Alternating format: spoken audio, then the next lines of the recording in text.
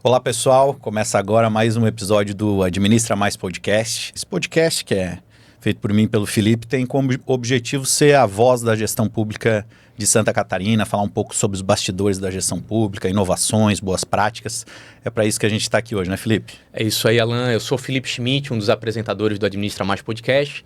E nesse espaço a gente idealizou com o propósito de fazer com que o nosso trabalho do dia a dia na NM80 Assessoria pudesse se tornar um espaço de compartilhamento de boas práticas da gestão. Então, a NM80 Assessoria, que trabalha com gestão de convênios, captação de recursos, relações governamentais, atendendo prefeituras, hospitais e o terceiro setor, tem no Administra Mais Podcast esse espaço especial que você pode conhecer um pouco mais através das nossas redes sociais, que estarão na descrição do vídeo. E agora hoje temos mais um convidado especial. Esse programa, felizmente, a gente tem conseguido... grande convidado, com certeza. Nosso amigo, deputado federal licenciado, né, nesse momento, secretário de Estado da Agricultura, Carlos Chiodini. Obrigado, amigo, pela presença. Seja bem-vindo. Obrigado, Alan, Felipe, toda a equipe aí da NM80. É um prazer estar com vocês aqui no podcast, ficar falando essa uma horinha aqui, mas com certeza não vai faltar assunto. Com certeza não. E, amigo, a gente sempre começa falando um pouco do início da trajetória dos nossos convidados e começasse muito cedo, né, na vida pública. Conta pra gente, assim, primeiro qual foi a motivação, o que te despertou, né, para participar da vida pública e os teus primeiros passos. Eu sei que tu foi candidato a deputado estadual, não entrou, mas assumiu como suplente, que certamente deve ter sido uma grande experiência. Fala um pouquinho desse começo pra gente. Começo sempre é difícil, né? Eu acho que não existe começo fácil, porque muitas vezes você busca um caminho que somente a experiência ou o passar dos anos vão te ensinar a performar melhor e encontrar o seu rumo ou atingir a sua meta, os seus sonhos, né? Eu comecei lá em 2006, com 24 anos. Fui candidato a deputado estadual, uma eleição difícil, uma eleição que eu fiz uma grande votação, fiz 24.549 votos. Nós estamos falando aí de praticamente, Felipe, 2 décadas atrás. Não, muito voto. 17 anos. Nós já estamos em 25. É isso. 17 anos atrás. Quase 2 décadas. Não, 2006. 2006. Porque 2008 foi quando tu assumiu. 2008 foi municipal. 2008 eu assumi. 2008 é municipal. Então vai fazer 20 anos, ó. Perfeito. Eu estou 20 anos já na vida pública buscando em 2006. Mas continuando. Perfeito. Fui candidato a uma eleição difícil, mas uma votação que inspirou. Inspirou e deu aquele recado assim que mais organizado, um pouco mais focado, dá de chegar lá. Acho que esse recado é importante também para quem disputa.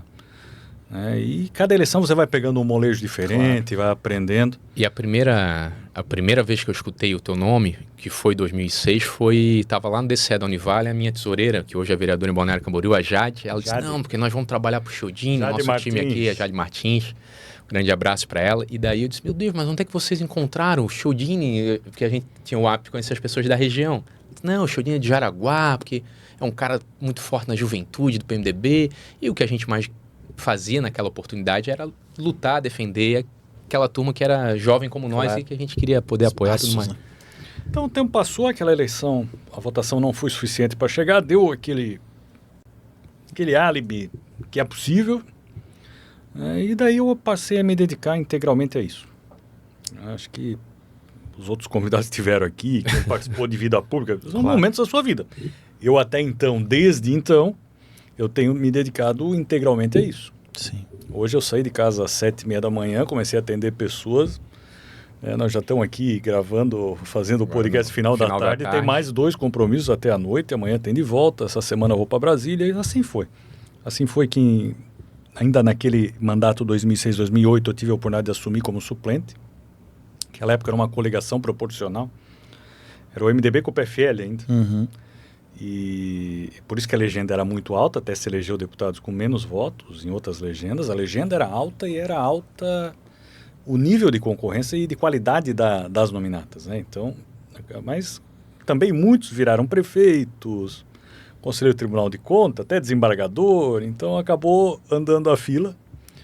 E ainda no governo Luiz Henrique eu assumi um período até o prazo de descompatibilização que outros eram secretários.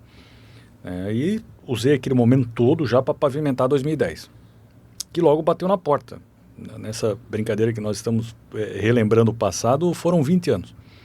2010 bateu na porta, aí eu fiz 40.249 votos. Quase dobrou. Uma votação expressiva, um aumento expressivo. Fosse um dos mais votados na tua região também. Eu me lembro disso ter sido notícia. Eu acho que, 2010, assim, disparadamente... Em 2014, eu fui de volta para estadual, deu 49 mil. Cresceu de novo. Cresci, porque é difícil você manter essa ascendente, porque você não é mais uma novidade para o eleitor, então você acaba construindo o seu voto a partir de trabalho. Antes era um voto de expectativa, né? Agora é de trabalho. De trabalho. Aí veio a eleição de 2018, foi a primeira eleição que eu disputei para deputado federal. Vocês acompanharam bem essa eleição, foi uma eleição de mudança comportamental no cenário brasileiro. Com certeza. A gente fazia as eleições ainda vinculada nos partidos tradicionais, no histórico de cada candidato e dividia mais ou menos ainda Santa Catarina ainda vivendo resquícios de MDB Arena. Era mais ou menos assim. Isso mesmo. E aquela eleição tinha uma participação já do PT, um partido que representa um segmento importante da sociedade, mas veio a representação da dita nova política, depois intitulada de direita, enfim, como quiser chamar, que é justa, representa um segmento importante, até majoritário. Esse grupo que até então não estava no tabuleiro ganhou eleição para governador em 2018 e ganhou em 2022 de volta. Isso. Então esse é um grupo que a partir daquele momento, ainda nós estamos em 2018, a gente mudou a configuração da mesa. Então era mais ou menos assim. O Felipe é o candidato, ele tem um determinado tempo de TV, tem uma quantidade de prefeitos o apoiando, tem uma quantidade de candidatos a deputado estadual e federal. Era meio que lógico. E o voto histórico daquele segmento, tem uma previsibilidade. As pesquisas indicam, é o melhor candidato mais viável. As pesquisas, naquela eleição especial, nos traíram. Porque o eleitor, ele tinha uma predisposição que ele não conseguia nem apontar na pesquisa, porque quando entrevistado, ele nem lembrava talvez o nome do candidato que ele foi votar. Correto. Foi uma eleição diferente, eu faço esse parênteses, porque nós vínhamos conversando, ali foi uma mudança até hoje é válida e já bem consistente. Então hoje o tabuleiro político está diferente. Hoje a gente tem os votos de esquerda, sim. Tem o pessoal, mas a esquerda é muito pequena aqui em Santa Catarina, tá? Mas faz existe. 25%, faz 30%. Tanto é que candidato. E muitas vezes tem um só ocupando esse espaço, enquanto na direita tem... Sim, todos divididos. Então esse aqui é um espaço que tem que ser considerável, ele é histórico. Esse é um espaço que nasce lá na república anterior ainda com o PTB, passou, ficou suspenso na ditadura, uma vez o PT incorporou. Então esse voto é muito também, do 13, ele ocupou esse espaço. Nós, partidos tradicionais e partidos mais ao centro, sofremos mais, porque daí nós tínhamos um pedaço grande da pizza, isso foi diminuindo com a ascensão, ou a cristalização desse espaço que a esquerda já tinha, e com a vinda desse voto da nova direita, aí, desse pessoal todo, até vestido em partidos tradicionais, como o PL, é um partido antiguíssimo. Sim. Tem décadas, mas ganhou crescimento pela liderança do então presidente Bolsonaro e outros que acabaram se adequando a essa representação política. Um sentimento que estava meio enclausurado no eleitor, né? Sim, num cenário... anos que eles não conseguiam entender de que forma ia extravasar aquilo. E essa nova direita conseguiu dar voz a um discurso que talvez tenha passado batido para os partidos mais tradicionais. Justamente com novos meios de comunicação, o advento massivo das redes sociais. Semana passada ainda fui numa palestra sobre comunicação e em Santa Catarina 93% das pessoas se abastecem de informação a partir das redes sociais. Em segundo lugar, e bem menos, a TV, com streaming e TV aberta, seguida do rádio, que ainda é fortíssimo em Santa Catarina, e o jornal impresso, infelizmente, eu gosto de ler o jornal, quase desapareceu. Então a gente tem uma mudança do tabuleiro político, do comportamento social, em um cenário de lava-jato, com uma criminalização da política e com aquele sentimento que tudo até então deu errado. Isso. Crise econômica, impeachment, e a gente entra numa nova... E um sentimento de ruptura, né? E é importante citar aqui, a gente está falando sobre política, mas isso tudo aqui que o secretário está colocando passa para uma gestão de movimentos que influenciam na gestão pública diretamente. E que isso, campanhas foram pensadas e conduzidas, estruturadas de forma profissional durante décadas, e isso tudo foi praticamente remodelado. Então, novas formas de fazer campanha, novas formas de comunicar com o eleitor, isso tudo é gestão pessoal, é gestão de imagem, gestão... E que se repercutem, se projetam na gestão pública, que é o que a gente vinha conversando ali fora. Hoje em dia, tu precisa estar presente, manifestando diariamente o que tu estás fazendo, sob pena de ser mal interpretado. Não basta trabalhar. Justamente. E você tem que ter uma leitura... Eu já estou até fugindo aqui da pergunta. Você tem que fazer uma leitura do sentimento das pessoas. Qual que é o sentimento pessoal dela? Sentimento, o que ela está precisando? Ela está precisando de uma melhor remuneração, um acesso mais possível aos seus sonhos e realizações. Porque mesmo aqueles grandes conquistas sociais, hoje elas não bastam. E daí eu também fui ler muito sobre isso e, na verdade, o mundo já tem se comportado assim. Winston Churchill ganhou a guerra, salvou o mundo de milhões de atrocidades e mortes e perdeu a eleição seguinte. Isso mesmo. Porque o povo estava querendo que a rua estivesse bem cuidada, se sentir representado de certa forma. Então, e resumindo aqui, porque isso aqui é um assunto que iria muitas horas, né? Eu acho que nós, agentes públicos, independente de partido, eu também gosto de fazer construção política, olhando para a sociedade, a gente tem que saber identificar o que as pessoas sentem, o que é prioridade, né? E não se furtando também de só jogar e querer jogar só para a torcida. Perfeito. Só quero ganhar votos, vou fazer um discurso fácil aqui para somar alguns votinhos. Acho que não é por aí. Não. A gente tem que ir com um olhar de futuro, com sensibilidade, fazer alguns enfrentamentos, né, que são necessários, mas ainda ao início da pergunta, é isso que a experiência nos traz, né? Da gente fazer uma leitura mais precisa, muitas vezes com menos voto. Sim. Você não entra naquele trabalho todo, mas com bastante precisão e capacidade para... Secretário, e falando sobre esse teu período no Legislativo, antes de a gente entrar para as experiências do Executivo, né, que obviamente que acabam virando o tema maior aqui do podcast, né, por falar mais, né, no Executivo da gestão pública, da administração pública, mas desses teus períodos assim como deputado estadual, federal, o que mais te marcou assim? Qual foi a construção que tu olhou e disse, poxa, hoje é um dia que valeu a pena o esforço de eu estar aqui, né, de eu estar com esse mandato aqui? O que te chamou a atenção nesse tempo e o que isso te preparou para virar depois secretário de Estado? É boa a sua pergunta, porque a gente ressalta a importância do Legislativo, né? Eu já estou há um tempo. Existe o Brasil ainda na sua configuração de federação, confederação, Estado federado. O artigo constitucional limita muito a capacidade legislativa do legislador estadual. Sim. Porém, a Assembleia é uma excelente tribuna, um ambiente muito bom de trabalho. Sempre tive excelentes companheiros lá, muitos ainda estão, outros renovaram. Mas tive uma boa experiência ali, fui presidente da Comissão de Educação. Bacana. Fui líder da bancada do MDB, que tinha na época 12 deputados. Sim. Maior bancada. Fui presidente de outras comissões, Agricultura, Viação e Transportes. Então foi uma fase muito boa. A gente apresentou e aprovou lá projetos de leis importantes. Tem um até de minha autoria, que é a política do autismo aqui em Santa Catarina, que é lá de 2011. É um assunto que hoje veio... a sociedade inteira aí, né? Importantíssimo. Tema muito forte. A gente fez algumas batalhas dentro dessa capacidade legislativa, ali batalhas aí pela regulamentação do patrimônio histórico, que eu vejo como um ativo, uma riqueza, mas se mal gerido acaba sendo ruim para as cidades. Sim. Então, o governo tem que estender o seu braço forte nesse assunto. Nós discutimos aí o Código Florestal Catarinense, que até hoje foi inovador, mas até hoje ele fica... Lembro disso. Pela a história sempre dizer, que é uma questão muito simples. Então, aqui em Santa Catarina, a gente não tem um rio como tem no Mato Grosso. E nem uma propriedade como tem lá. Mas a margem do rio tem que respeitar mesmo... É incoerente.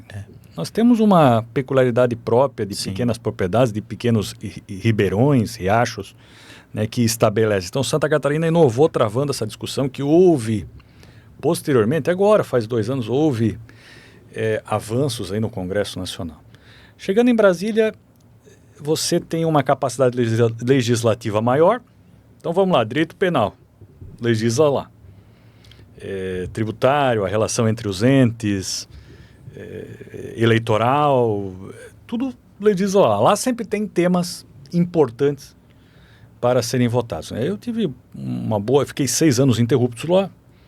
Fui relator de medida provisória no plenário, que era a questão do drawback, que é um instrumento muito usado aí para as empresas. Aqui em Santa Catarina, muito demais, mesmo quando importa insumos de produtos que vão para exportação, um benefício consolidado. Fui relator de uma CPI, que era a CPI das lojas americanas. Era uma fraude privada, mas que colocou em xeque todo um sistema de investidores, de credibilidade do mercado de capitais aqui no país, e que pode, nesse momento, estar acontecendo com outra companhia. Fui presidente de comissão também, como a Comissão de Viação e Transportes, que é uma comissão que foi muito importante. Ela te proporciona muito networking, né? Então, eu vejo que assim, o Legislativo é uma escola, né? E falo isso aí para vereadores que nos acompanham, deputados, enfim, quem quer ser. O Legislativo é uma escola que você tem que usar esse momento que você estará lá, ou está, né, para construir relacionamento e aprender a entender e conviver com vários temas diversos. Porque o vereador, por mais que ele se intitule da saúde, da educação, da causa animal, ele vai chegar lá e vai ter que discutir e botar o dedo em tudo que é tomada. Claro. Então, desse período todo no Legislativo, o gratificante é ter obtido bastante conhecimento aí discutindo diversas áreas. Certamente deve, né, dar uma noção de Brasil e de Santa Catarina que capacita para estar em funções executivas e capacita como legislador mesmo, de entender de que o secretário é de Jaraguá, mas entendendo o Brasil, entendendo Santa Catarina, te capacita a ser um parlamentar melhor para discutir qualquer outra área de uma política que às vezes vai influenciar em uma outra região e não na sua até. Em realidades diversas, né? Eu apresentei um projeto lá, tem um problema recorrente aí de prédios construídos aí com financiamento habitacional, incentivo governamental via Caixa Econômica. Esse projeto está em regime de urgência para ser apreciado em plenário. E a Caixa teria que, no caso de obra mal estruturada, que está rachando, foi interditada, tinha um prazo. A gente regrava o prazo de... Como a Caixa fiscalizou a obra, tal, ela assumiu uma responsabilidade, igual uma construtora privada. Claro. E o Minha Casa Minha Vida, ou até os projetos anteriores, como a antiga Coab. Eu apresentei esse projeto com situações que eu me deparei aqui, mas que eram 50 unidades num município, 10 ou 20, ou... Eu dei uma entrevista no Jornal do Comércio, no Recife, porque lá tinha 30, 40 mil unidades nesse problema. Olha só. Que eu nem imaginava. Então eu faço esse gancho, porque no Brasil são muitas realidades diferentes, né? Problemas comuns, mas em intensidade diferente. Isso é importante citar. E aí, vamos falar um pouquinho do Executivo, então... E vamos começar pela Secretaria de Desenvolvimento Econômico, antes da gente chegar na função atual da agricultura, que foi um período importante, imagino, para o senhor, e de grandes realizações, né? Assim, eu fazia parte do governo nessa época também, lembro dos centros de inovações, muita coisa boa que saiu naquele período. Como é que foi aquela experiência de ser secretário de Desenvolvimento Econômico e Sustentável na época, né? Era uma grande secretaria, tanto que hoje ela é Ciência, Tecnologia, Meio Ambiente, Indústria e Comércio, e na época era uma só, ainda com várias agregadas, autarquias importantes, como a Junta Comercial e Metro, o IMA, que era a época Fátima. Então foi um momento muito importante, deu para construir mais conhecimento em diversas áreas. E aí você era o presidente do Conselho do Meio Ambiente, lá você discute muitas coisas. É um trabalho incessante. Numa área muito representativa em Santa Catarina, e foi um legado muito bom. Foi um momento difícil da história brasileira. Nós passamos ali anos de PIB negativo. E foi de que período? Foi 2010? Foi 2015 a 18. 18. Em 18 eu me licenciei, fui exonerado para concorrer novamente, né? Mas foi um momento difícil, foi um momento do impeachment. Foi um momento que toda a economia brasileira estava indo para trás e nós estávamos na difícil missão de deixar Santa Catarina crescendo. em que pese menos do que atualmente, até porque o Brasil vivia uma crise conjuntural, mas mantém crescendo. O governador Raimundo, e faço esse registro, sempre foi muito parceiro, né, nos deu autonomia para trabalhar e também foi uma oportunidade que eu sempre agradeço, porque me deu a oportunidade de ter essa visão do Estado, de criar mais novos relacionamentos aqui, e eu saio dali para deputado federal. Então também tive um acréscimo político nessa passagem, importante, né? Além de também conviver numa pauta super importante, que era essas que eu elenquei, uma pauta decisiva no sentido de pensamento estratégico e que faz parte dessa construção de Santa Catarina. E eu citei o Centro de Inovação porque até hoje, né, Felipe, a gente viaja pelo estado aí e vê o papel importante, secretário, que o Centro de Inovação tem na maioria dos municípios, alguns ainda se estruturando, é verdade, mas alguns outros já cumprindo um papel fundamental assim, no desenvolvimento de Santa Catarina. Muitos deles podemos usar regiões diversas. Aí vamos lá em Lages, o Orion, foi o primeiro. Uma região que a sociedade abraçou, que é um sucesso, que já tem um legado, já está inovando a forma de fazer daquele momento para hoje. Esse é um negócio muito dinâmico. Claro. Lá em Jaraguá do Sul, que é a cidade que eu sou natural, o centro desempenha, já foi triplicado de tamanho, com o Centro Up na frente, com incubadoras, com programas diversos, com investimento lá do Sistema S, que ao lado fez um outro focado para a indústria, então criou todo um ecossistema. E assim poderia citar todos os outros, né, que tiveram Itajaí, todos os outros que tiveram essa projeção, Blumenau, foram entregues e promoveram a sua essência, que era o desenvolvimento, e também um maior foco a essa área da economia, que é uma área que Santa Catarina tem vocação. Santa Catarina tem vocação. Santa Catarina tem vocação na agricultura, Santa Catarina tem vocação na pesca, Santa Catarina tem vocação no turismo, na indústria principalmente, no comércio, mas também no setor de TI, de inovação, que na época era focado em TI, hoje ele já é para outras áreas da pesquisa e produtos mais ainda diferenciados e inovativos, né? Então é um legado bacana, são hardwares, né? Eu costumo dizer, porque eles não são ideias, são tocáveis, né? Estão ali. E a sociedade vai usufruir. E o que eu ressalto ainda, isso foi uma concepção lá de trás, ainda desde o secretário Paulo Bornhausen, que teve com a gente falando sobre isso também. Bastante. Eles foram buscar no mundo um conceito que a gente, quando substitui ele na secretaria, teve a humildade de continuar claro. Né, atualizando. Hoje o governo atualizou, hoje tem uma secretaria para essa área, né, e eu vejo que é justo, que é um investimento. Muitas pessoas falam, mas tem um número grande de secretarias. Uma secretaria dessa tem um custo tão ínfimo. É um investimento o resultado que ela se paga tanto. O que a gente vinha conversando ali. Muitas vezes, para crescer a minha empresa, para ela ser mais superavitária, ser lucrativa, eu não reduzo funcionário. Pelo contrário, eu tomo, inclusive, muitas vezes, empréstimo para investimento e crescer a equipe. O lance é o resultado final, é melhor ou pior com esse investimento. E um time com jogador expulso rende menos do que com os 11 em campo, né? Agora, uma das coisas que eu queria compartilhar, estou ouvindo aqui, a gente já conversou bastante em outros momentos, mas é uma característica da personalidade do secretário que eu sempre tive muito... Sempre equilibrado, assim, sempre sereno nos debates, e eu fico pensando nesse ambiente estridente que está político, o quanto é importante Chiodines para poder conversar e trazer as pessoas para o entendimento, para o consenso. Tenha sido na sua passagem pela secretaria no primeiro momento, entendendo a importância de dar continuidade ao trabalho. A gente fala muito sobre isso, né? Não deixar a vaidade dominar, né? Muitas vezes a gente quer deixar a nossa digital, mas não pode estragar a receita do bolo. É isso. E sobretudo em Brasília, eu vi que tu, em alguns momentos, o quanto tu sofreu pressão e críticas por ser um cara de conciliação, por ser uma pessoa equilibrada, né? Que durante muito tempo isso foi virtude. Parece que agora está deixando de ser. Mas quando a gente não abre mão da credibilidade em busca dessa popularidade estridente, eu acho que o Estado agradecerá isso a longo prazo. E Santa Catarina sempre foi um Estado do entendimento, né? Tipo, um Estado que fez a polialiança, a tríplice aliança, onde conseguia botar grandes figuras na mesa que se entendiam, é sempre um caminho que eu acho mais seguro para o futuro do que o conflito, do que esse momento que a gente vive. Então, para pessoas como tu, e sem querer aqui jogar confete, né? Paulinho, o próprio João Paulo, que mesmo quando enfrentava a esquerda, enfrentava no campo do respeito. Acho que a gente não pode esmorecer, né, secretário? E ter sobrevivido a todo esse movimento com 2 mandatos de deputado federal e hoje está num governo... Esse foi o maior desafio. Mas o Alan sempre fala uma coisa, que o difícil não era quando a gente jovem lá, ele militava lá na direita, os amigos todos tinham o mesmo discurso, eram todos contra a esquerda lá, né, na época do movimento.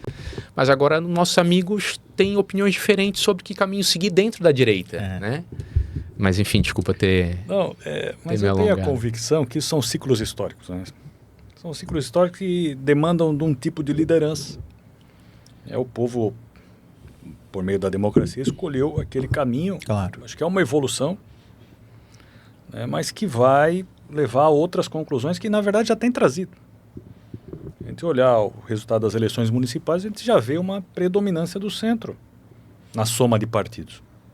Inclusive nos partidos que mais têm prefeitos. Então, o mundo dá voltas, o pensamento e as escolhas das pessoas também. Né? E eu acho que o discurso fica mais amplo, abrindo um maior leque de opções. Eu entendo que é dessa forma que deve se conduzir as coisas agora, olhando, claro, que vem os outros fatores que nós falávamos há pouco, a economia, o sentimento pessoal, tudo para nortear por onde o eleitor vai caminhar, mas vai ter espaço aí para os moderados também na composição desse gráfico. E, secretário, antes de a gente entrar na parte final e falar sobre a Secretaria de Agricultura, o senhor sabe que nós trabalhamos na área de gestão de convênios, captação de recursos, então muitas vezes estamos lá com clientes, né, no seu gabinete em Brasília. E a gente recebeu aqui alguns prefeitos, ex-prefeitos, e conversamos um pouco sobre essa área, como é que foi as experiências deles, sobre captação de recursos, como é que era essa busca, como é que era esse prefeito na busca por recurso, nesse diálogo com os parlamentares, com todas as esferas de governo.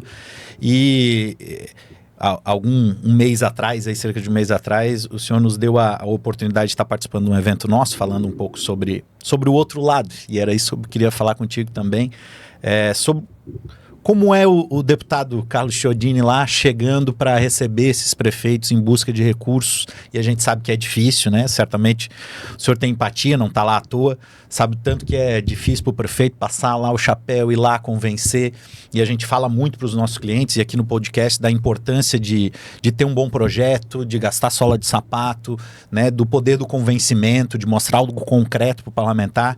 Queria que tu conversasse um pouco do outro lado agora, como é que é para o parlamentar estar recebendo lá tantos pedidos e tantos projetos onde tudo é prioridade?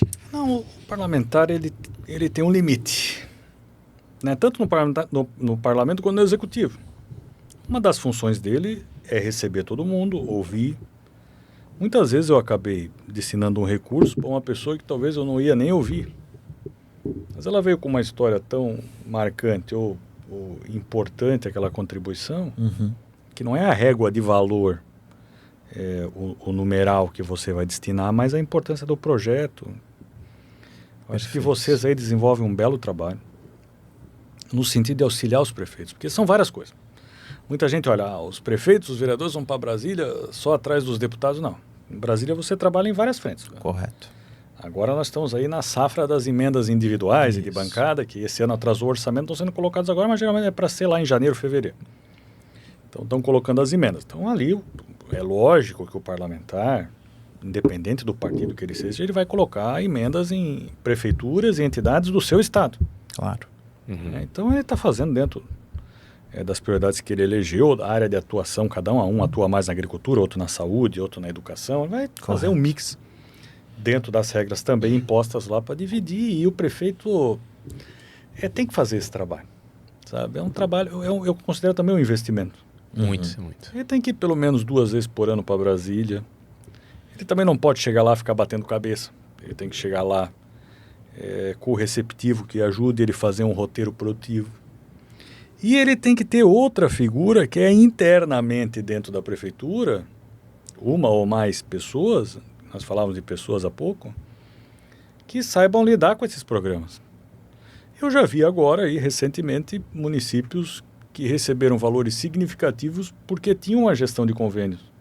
Organizada. Organizada, fez o cadastro no PAC, por exemplo.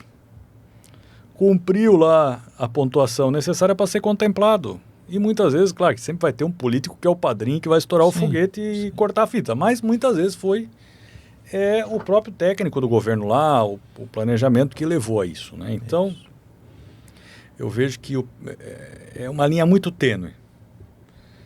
Aqui temos governos bem-sucedidos e que sabem fazer a gestão na busca de recursos, investimentos. E quando a gente fala recurso e investimento, Felipe, num amplo espectro. Por exemplo, vamos pegar um financiamento. É normal que o prefeito, durante sua gestão, busque um financiamento. Claro. Salvo engano, a gente está na maior alta de juros desde o advento do Plano Real. Correto. O juro está estratosférico. Então, se eu fosse prefeito, eu não ia pegar financiamento agora. Sim. Ou se fosse pegar, ou se fizesse necessário, ia pesquisar muito. Daí a importância da assessoria, levar ele em diversos agentes financeiros, instituições. Por exemplo, o PAC tem linhas para financiamento com metade do juro de mercado. Isso, eu tive semana passada, agora recente, em Brasília, com alguns clientes na Caixa Econômica Federal, porque existem linhas específicas de crédito para hospitais, por exemplo, né? Do Giro SUS e o Caixa Hospitais, e que os juros é menos da metade do praticado no mercado comum para qualquer outra PJ. E que o gestor desconhece. Eu estou indo aqui nos eventos que o governador Jorginho tem feito, o Santa Catarina levado a sério, e o secretário Kennedy sempre traz um número impressionante lá, que tem 203 novos prefeitos, e desses 100 nunca foram. A Brasília. Não, nunca exerceram nenhum mandato. De mandato. Não foram vereador. Então o cara não é culpado pela sociedade, o povo ter escolhido ele não saber ainda. Demora. Isso, claro. Só que ao mesmo tempo o governo é muito curto.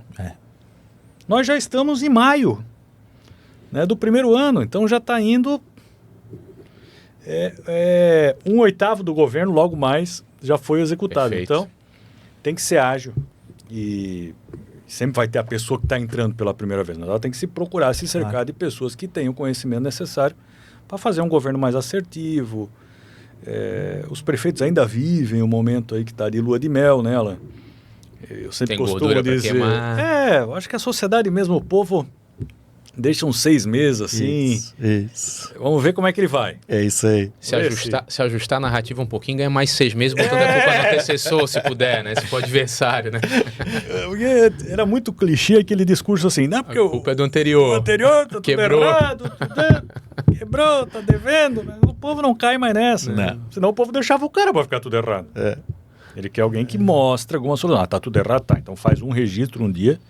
E quais são as suas medidas para sanar isso? É isso aí. Mas até então, até agora junho, julho, agosto, o povo está dando um voto de confiança nesse novo governo, que são mais de 200 aqui em Santa Catarina.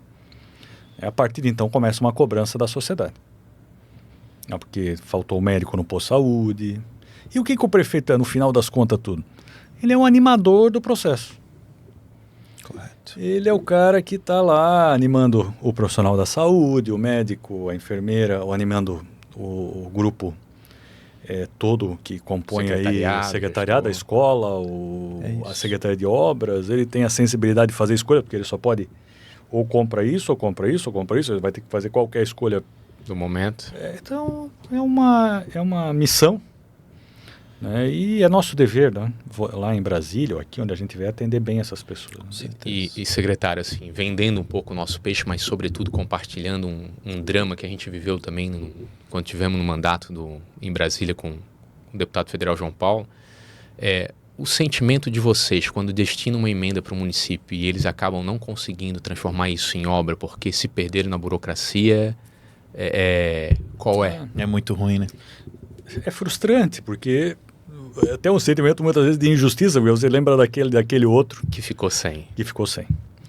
E é aí que eu falava da diferença de um governo de sucesso, né? E da importância também de treinar, até parabenizar a NM 80 aí pelo evento que vocês fizeram. Tem uma série de gestores aí públicos municipais de contratos e convênios. Essa figura é importantíssima dentro do governo. Então, e cabe a ele abastecer o sistema com os dados, com o projeto. A gente sabe que a Caixa Econômica muitas vezes não tem braço para aprovar tão rápido uma série e entra dentro da questão de engenharia. tem hoje formas limitadas, mais fáceis são as transferências especiais, mas sofreram auditoria aí do próprio STF, então aquele instrumento que era para ser ótimo e agilizar as coisas acabou sendo suspenso e diminuído consideravelmente.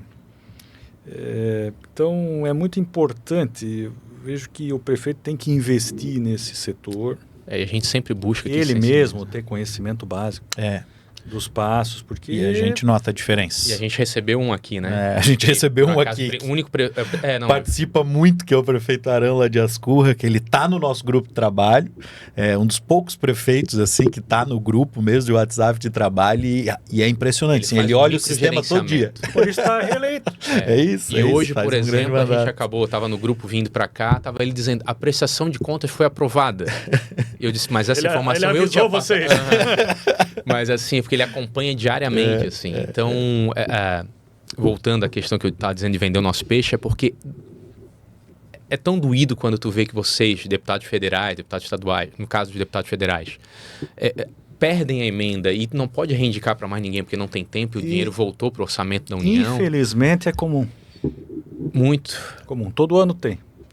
A gente quando vai acompanhar, não sei se vocês sabem, mas a gente chega com os clientes, fica esperando na antessala, o deputado está atendendo lá 1 zilhão de prefeitos, e às vezes a gente cruza com prefeitos que a gente ainda não conhece, que não são nossos clientes, e uma das situações constrangedoras que eu vivenciei, tu estava junto, foi ao abrir a porta, um dos deputados de Santa Catarina, que não é o nosso amigo aqui, então não vou constrangê-lo, dando assim uma chamada de atenção no prefeito de uma cidade do interior, dizendo, estás me pedindo de novo tal coisa, eu já te mandei o ônibus, tu perdeu, eu te mandei não sei o que. Não perdi. Ele mandou o funcionário ligar para a prefeitura, disse, pode ligar lá. E eu queria sumir, eu queria abraçar o cara e dizer, calma, vamos te atender aqui voluntariamente para não passar mais esse constrangimento. Mas é isso, a gente vem relatando fatos assim. Às vezes o prefeito vai para Brasília e não sabe qual é o teto de MAC que tem, ele pede, diz pro deputado que é um, a gente... Vocês não têm como avaliar. Gasta pedido à tua? Não, ele afirma, o deputado também tem um elo de confiança com o prefeito. Ele fala, se tu sabe, tá me pedindo é porque tu sabe que pode receber. Contribua aqui esse ano com custeio de saúde, gastando MAC média complexidade, R$500 mil. Aí você vai lá e bota. Aí o próprio sistema da Câmara tem que avisar que ele já estourou o teto. Ele pediu para todo mundo o mesmo pedido. É isso. Perfeito. Então é complicado. E a gente costuma dizer, secretário, para os nossos clientes, assim, eu já falei essa frase em outros episódios também, porque também tem muito milagreiro no nosso mercado de atuação. E eu costumo dizer que o grande captador de recursos do município é o prefeito. Não é nenhuma assessoria que vai te substituir. Mas a nossa função, não só nossa, como das outras boas assessorias que tem em Santa Catarina, é de fazer que esse recurso vire realidade, né? Ajudar a equipe da prefeitura nisso, como tu falou, capacitar as pessoas estarem preparadas, criar um planejamento. Nesse sentido até, né, nesse episódio, talvez a gente já deva ter feito o primeiro, né, Felipe? Como o episódio é gravado, nossos telespectadores sabem disso, mas a gente agora vai fazer 21 capacitações para gestores municipais, uma em cada associação de município, num contrato que a gente foi em parceria com a FECAM.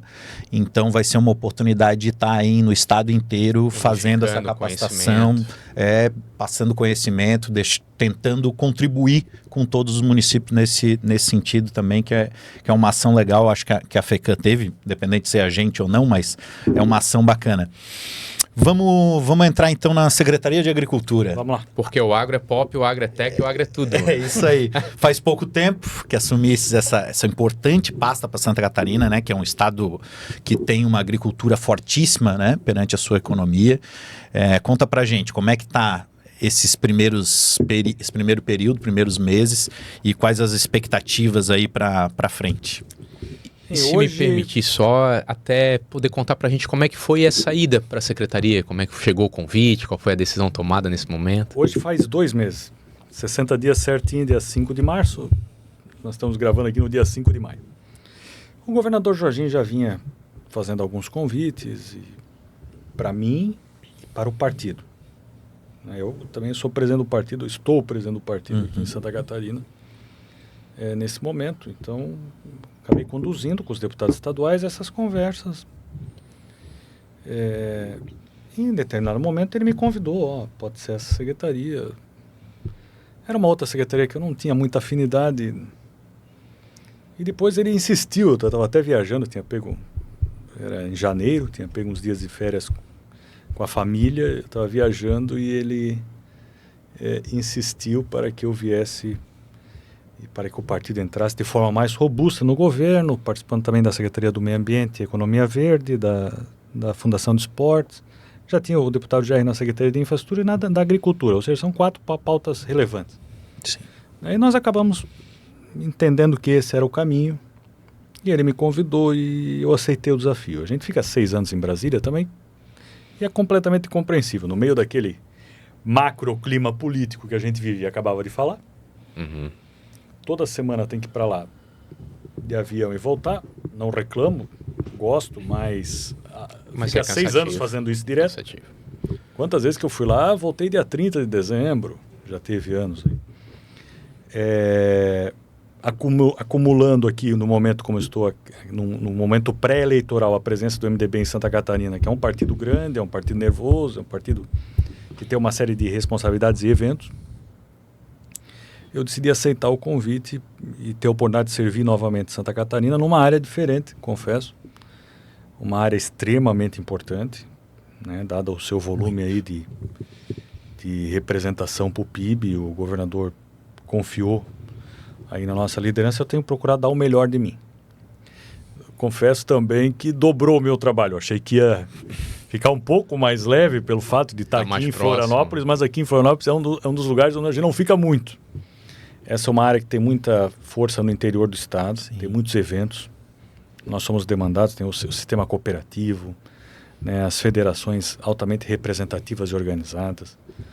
E a minha função nesse ano lá, hoje ainda presidi reunião do Conselho de Desenvolvimento Rural, que é um conselho que também determina as aplicações do dinheiro do Fundo de Desenvolvimento Rural, que financia programas aí ao custo de mais de 300 milhões de reais por ano, só do fundo, mais o custeio da Epagre, da Cidasc. O governo de Santa Catarina faz um investimento bilionário na agricultura todos os anos. É uma área que tem lá milhares de funcionários dessas empresas que prestam serviço lá na ponta. Serviço, pesquisa. Que prestam voluntariamente para o agricultor, né? Olhando pesquisa, em fiscalização, em manutenção da qualidade e sanidade animal. Então, isso é uma conquista histórica de Santa Catarina e que o governo tem respaldado. O governador Jorginho tem dado oportunidade para trabalhar. Muitas vezes ele tem acompanhado pessoalmente. Semana retrasada ainda nós tivemos com o embaixador do Japão, discutindo compra de carnes. É um dado até muito interessante. O Japão é o maior comprador de carnes de Santa Catarina desde 1998. Legal. É um país que talvez não estava dentro do radar com a grandiosidade da China, dentre tantos outros. E o único estado brasileiro que o Japão, o único local que o Japão compra carne suína do Brasil é Santa Catarina. É Santa Catarina porque o porco aqui é mais bonitinho, que ele é amigo lá do pessoal da empresa. Não, porque as mesmas empresas estão nos outros estados. Sim. É pelas conquistas aí de sanidade animal. Esse mês é o mês da sanidade até, que o MAPA faz vários eventos, a Cidasc aqui, e essa conquista colocou Santa Catarina num nível de excelência, né? E foi feito ao longo de décadas aí. Sim. E que hoje é um diferencial competitivo que nós temos que usufruir. O governo tem investido aí na contratação de mais funcionários dessas empresas. Então, quando você contrata um extensionista para a Epagre, ele não fica aqui, ele fica lá no menor. A Epagre está presente em 293 municípios do estado. Falta 2 que vão ser abertos ainda esse ano, ou até o ano que vem. Foram autorizados agora mais 35 servidores. E ele não fica aqui no escritório, fica lá no município, em parceria com a prefeitura, sendo demandado pelo agricultor, pelo secretário municipal de agricultura, muitas vezes pelo prefeito, se é um município menor, e tem prestado um serviço relevante, serviço que engrandece Santa Catarina. Além disso, tem muitos desafios para o futuro. A agricultura não é mais aquela agricultura que era lá. A mesma mudança do avanço a comunicação, tecnológico, que nós falávamos na comunicação, ele foi talvez até mais impactante aí no setor rural, né? Porque a gente vê totalmente envolvido com pesquisa. Pesquisa de genética, por exemplo. Um suíno, hoje ele ganha o peso muito mais rápido do que ele ganhava, que a genética dele está melhorada, a ração com os nutrientes corretos, a dosagem correta, o período em cada refeição. Então, assim, são situações... Estou dando só da produção de proteína animal, né? Mas vamos aí para a agricultura, é a mesma coisa. Né? Agricultura na plantação de grãos, né? dos cereais, vegetais, que é um desafio nosso em Santa Catarina. A gente produz muita carne. Em que consiste esse negócio? É transformar a proteína vegetal em proteína animal. É muito simples. Claro que embasado todos esses adventos aí da tecnologia e da pesquisa. Mas você tem que pegar milho, mais outros nutrientes cereais, transformar em ração, farelo, para fazer o frango. É isso aí. Né? E mesma coisa para a produção do leite, que Santa Catarina é destaque. Para a produção de mel, que é o 5º produto que nós mais exportamos. Então tem muita coisa boa. A nossa característica histórica de pequenas e produtivas propriedades. Esse é um outro enorme desafio. Como manter a sucessão familiar dessas propriedades? Correto. Perfeito. Já foi pior. Semana passada até visitei uma grande cooperativa aqui em Santa Catarina e o presidente me apresentou uma pesquisa que eles fizeram entre os cooperados. 55% quer continuar e tem sucessão. Coisa boa. 45% ainda não, mas esse número já foi pior no passado recente. Sim. E eu não sei se é uma tem mais gente querendo continuar. Eu não sei se isso é pego por pesquisa ou um sentimento só que eu tenho, mas diversos colegas meus da faculdade, na faculdade de Direito, eram oriundos do campo, famílias de agricultores e tal. Durante muitos anos, o objetivo dos pais ou dos filhos eram sair dali para ter outras profissões, né? Para virar médico, virar engenheiro. Mas eu vejo hoje muitos deles voltaram para a agricultura, se especializaram. E hoje o status, o patamar, tenha sido pelas campanhas de publicidade ou pela percepção da importância do agronegócio para qualquer país, sobretudo para o nosso, né? Com todo investimento tecnológico, hoje a gente não é só uma mera commodity, mas a gente pode vencer crises que outros não estão tão preparados para vencer. Mas hoje o status do agronegócio, eu acho que ele compete com aquelas profissões que faziam com que os filhos do agricultor quisessem sair, né? Como se não fosse algo nobre. Posso estar falando bobagem, mas tenho essa impressão com os meus amigos, assim. Não, de fato, melhorou muito a vida no campo, né? Não tinha internet, não melhorou tinha a vida no campo, trifásica. O agricultor tem uma renda média melhor e endureceu muito a vida na cidade. O cidadão que está chegando hoje aqui em Florianópolis, ele vai ter que pagar muitas vezes o equivalente ao salário dele em um aluguel. Aí a mulher trabalha também, o filho tal, para sobreviver. A gente vive um descompasso, não teve políticas públicas que acompanharam a vida urbana. Então, e ao mesmo tempo, e na contramão disso tudo, melhorou no campo. Por isso que essa pesquisa tem feito e é fato, você deu um belo depoimento, ela fez o nível inverso, pessoas procurando. Mas qual que é o nosso dever daí como Estado? Incentivar que ela continue crescendo. É isso mesmo. Para que a gente não perca essa característica que foi construída ao longo de dezenas, centenas de anos, de característica geográfica, de propriedades, de pequena propriedade, altamente produtiva. Esse é o nosso diferencial competitivo. Pode ter algumas mudanças vamos supor, eu, Felipe e o Alain, somos vizinhos numa localidade no interior do menor município de Santa Catarina.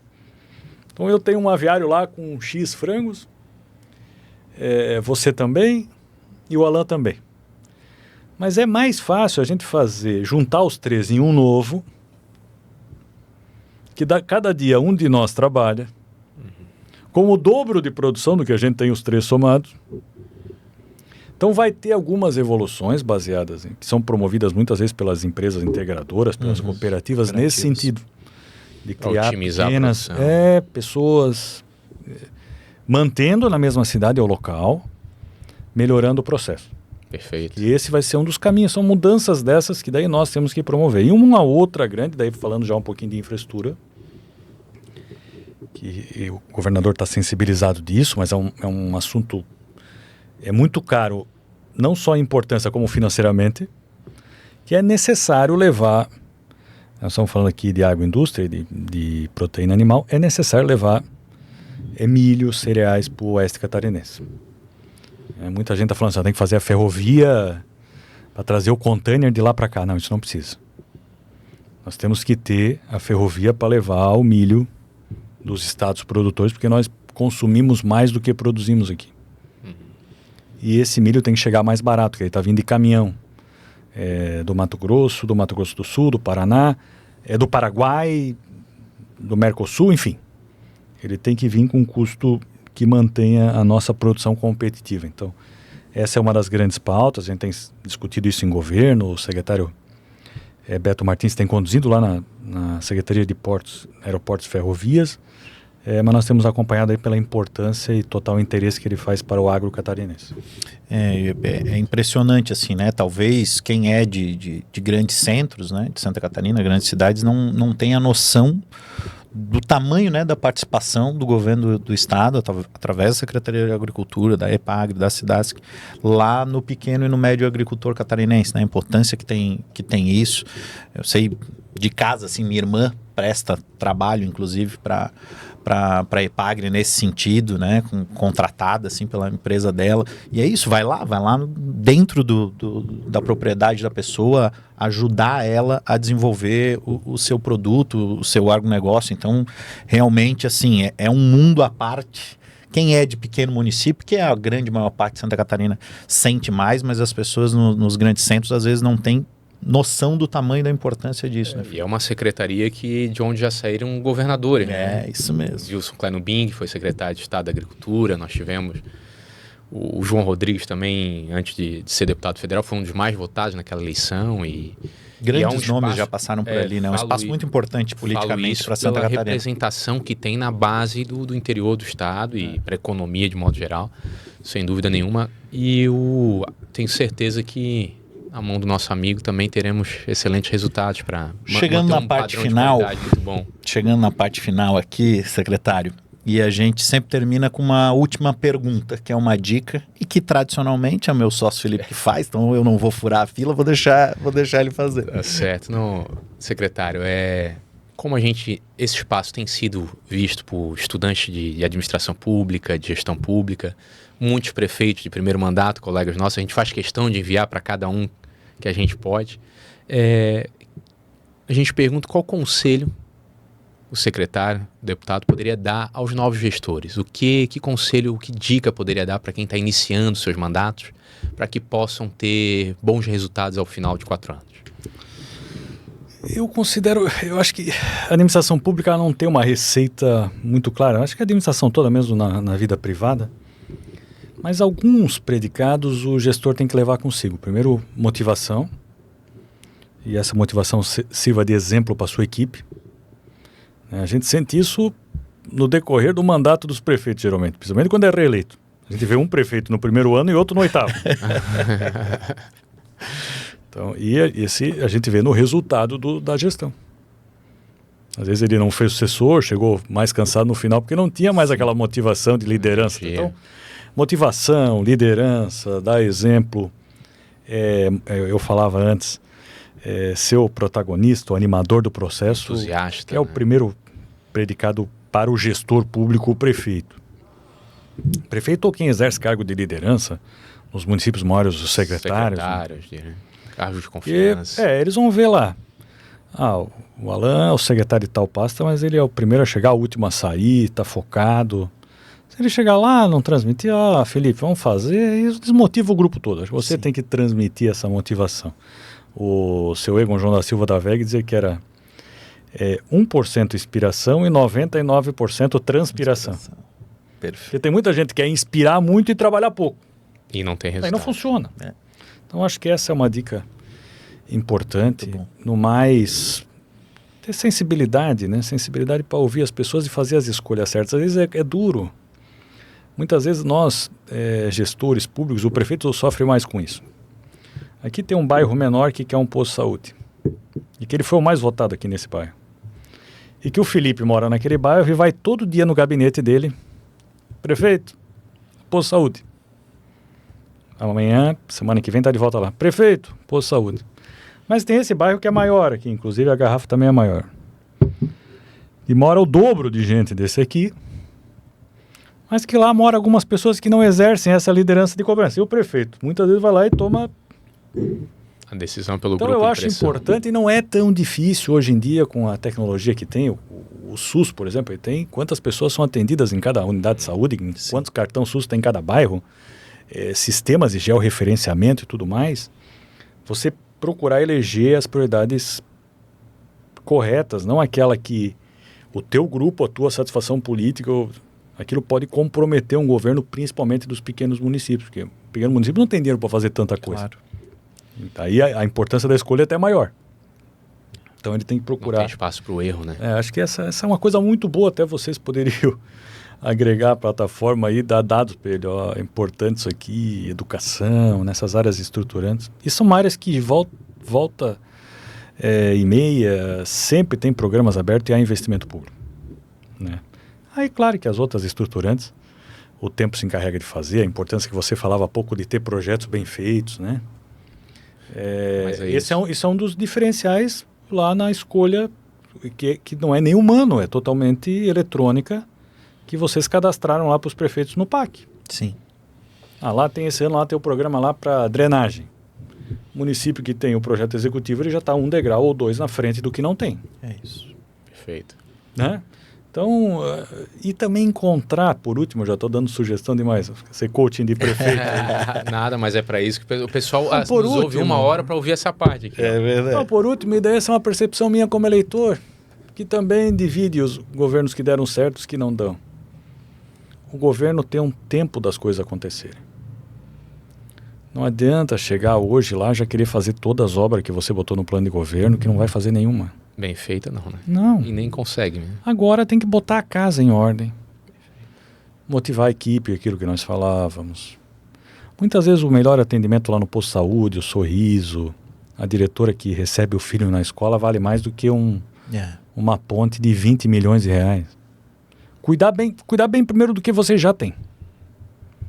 Para depois, com isso aqui bem... É igual a casa da gente. A gente quer fazer uma piscina, mas tem uma goteira no telhado. Isso. Então vamos primeiro botar a goteira, pintar, roçar o jardim, pintar o muro, botar o número lá e tal. Agora vamos, no outro braço, cuidar das contas. Tem que dizer para mulher e para os filhos, ó, gasta menos esse mês, vamos fazer uma poupança, vamos fazer um consórcio, para depois fazer a piscina. É isso aí. Aí dá tudo certo. E isso é uma questão de tempo. Primeiro ano, para você regular as contas, eu sempre faço um filtro. Chego lá, ó, Felipe, quanto é que está a folha do teu município? Ah, meu Deus, não, e não estou culpando o prefeito, que ele muitas vezes está incluso nesses 200 novos. Claro. Está 52%. Falei, enquanto não ajustar, primeira não vai coisa, ter dinheiro. baixa isso para 40%. Porque daqui a pouco vai vir uma oportunidade que tu não tem o recurso para dar contrapartida. Sabe? Então, mas muitas vezes o prefeito aqui, mas por desconhecimento mesmo. Sim. Ele não está preocupado em baixar folha, em segurar. Ele está preocupado em baixar, que eu digo, dentro das legalidades, aumentar a receita do município, não é que vai tirar o salário do servidor. Né? Claro, reduzir o percentual entre o que arrecada e o que aplica. Ele vai aumentar a receita do município sem aumentar impostos, motivando a atividade econômica. Tem toda uma receita para isso que é possível fazer. Então, se eu pudesse dar alguma sugestão, acho que eu já dei demais. Essas 3 aí é ter motivação, ter motivação, botar a casa em ordem e eleger prioridades. E eleger as prioridades corretas. E casa, assim, vocês que têm nos acompanhado, a gente tem ouvido muito. Se a casa não estiver em ordem, não vai nem eleger nenhuma prioridade.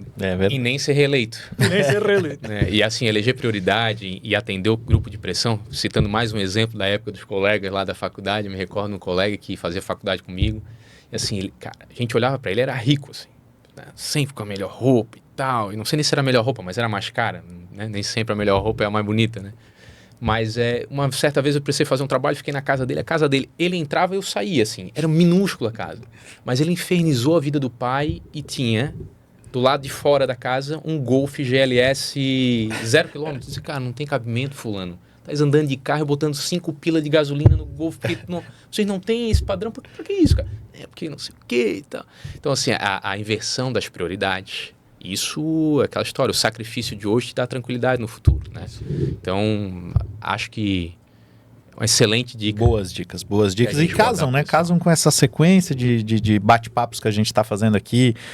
Todo mundo tem falado, né, da importância do diálogo, da importância do planejamento, de saber qual é a tua prioridade, né? A gente tem escutado muito sobre isso. Secretário, deputado Carlos Chiodini, obrigado pela presença, tá? Obrigado por ter conseguido um espaço na tua agenda para estar aqui com a gente e com quem nos ouve, nos vê em casa, que certamente são as pessoas mais importantes. Então, muito obrigado por estar aqui com a gente hoje. Obrigado, eu que agradeço. Certo, seja sempre muito bem-vindo. A conversa é sempre muito boa, né, Alan? Com certeza. O secretário, o deputado, sempre nos atendeu muito bem em Brasília. É excelente no bate-papo sobre diversos assuntos aí. Mas hoje a gente tinha só 1 hora para conversar. Agradecemos a sua presença e muito sucesso à frente da Secretaria de Estado da Agricultura. Obrigado, igualmente para vocês e toda a equipe aí da NM80. Obrigado. Valeu, gente. Até o próximo Administra Mais Podcast. Até mais. Aquele abraço.